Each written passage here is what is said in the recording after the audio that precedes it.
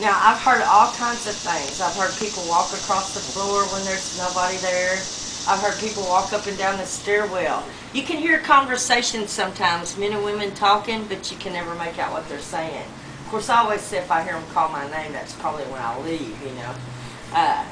But I've heard, you know, we have ghost hunters that come and stay with us, and I've heard a lot of EVPs, electronic voice phenomena. One of the best ones I've heard was taken here in the backyard, and it was of a man, and he said, "Father, forgive us for what we are about to do." How many times do you think they said that right before they pulled that lever to hang that guy? You know, I've heard EVPs in the house of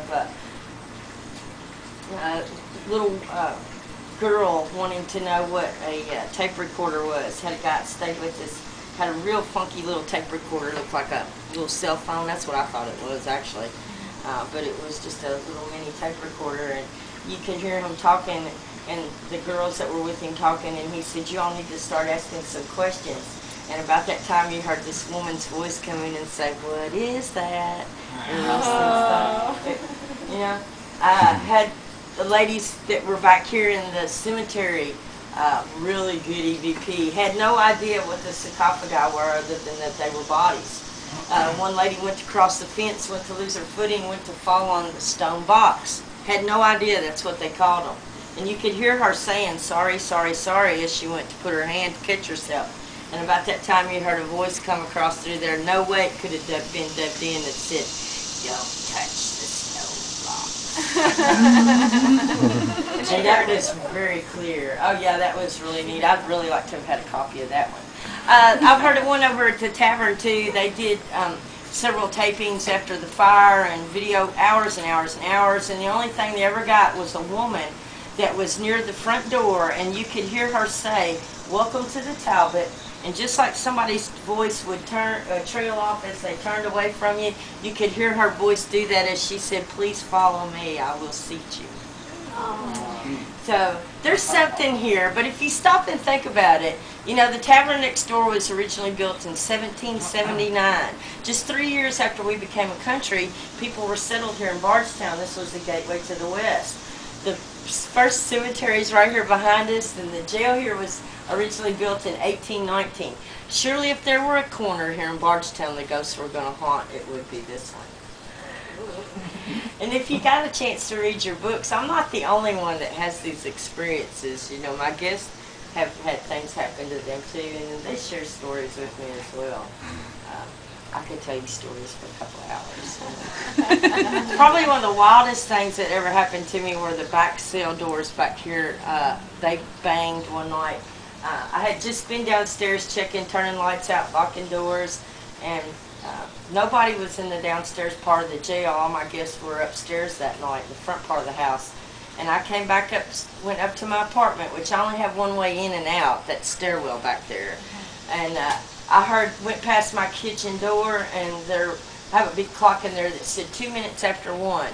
And I heard those cell doors start banging over and over and over for almost 3 minutes.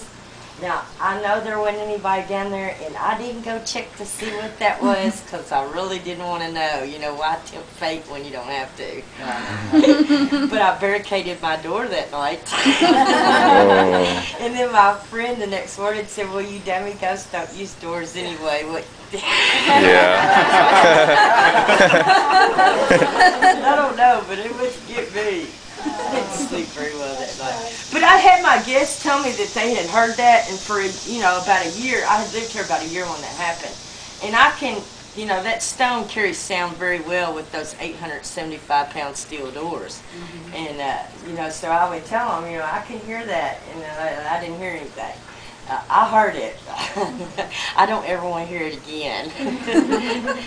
I've heard the piano ping. They don't actually play, but they like to ping, ping, ping on ping. Lights come on and off when there's nobody around.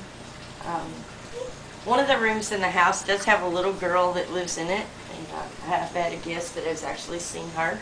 Little blonde-haired, long blonde-haired little girl wears a little pinafore dress. Which room? She likes to play with the lights on and up on each side of the bed. Your room. Oh. He stayed in the garden room last night, you guys? Yeah, There's a little black boy that lives in your room named Joshua. And he's scared of men, so he probably didn't have anything to do with you guys. That's why we slept. Yeah. But he would have been hiding underneath your bed. But he loves electronics, and he likes to play with anything that's really cool. He likes to drain cell batteries in the jail cell too. Did you have cell phones or cameras your batteries drained last night? didn't check. Find out when it doesn't work this morning. Really? Check on it when you go back to your rooms. It usually happens really quick when you stay. Oh, But he loves to play with electronics. That's our couple of years. keep it. Thank you guys for staying here. Thank you. I enjoyed it. Do you all know how to get to Louisville, to the airport? We've got a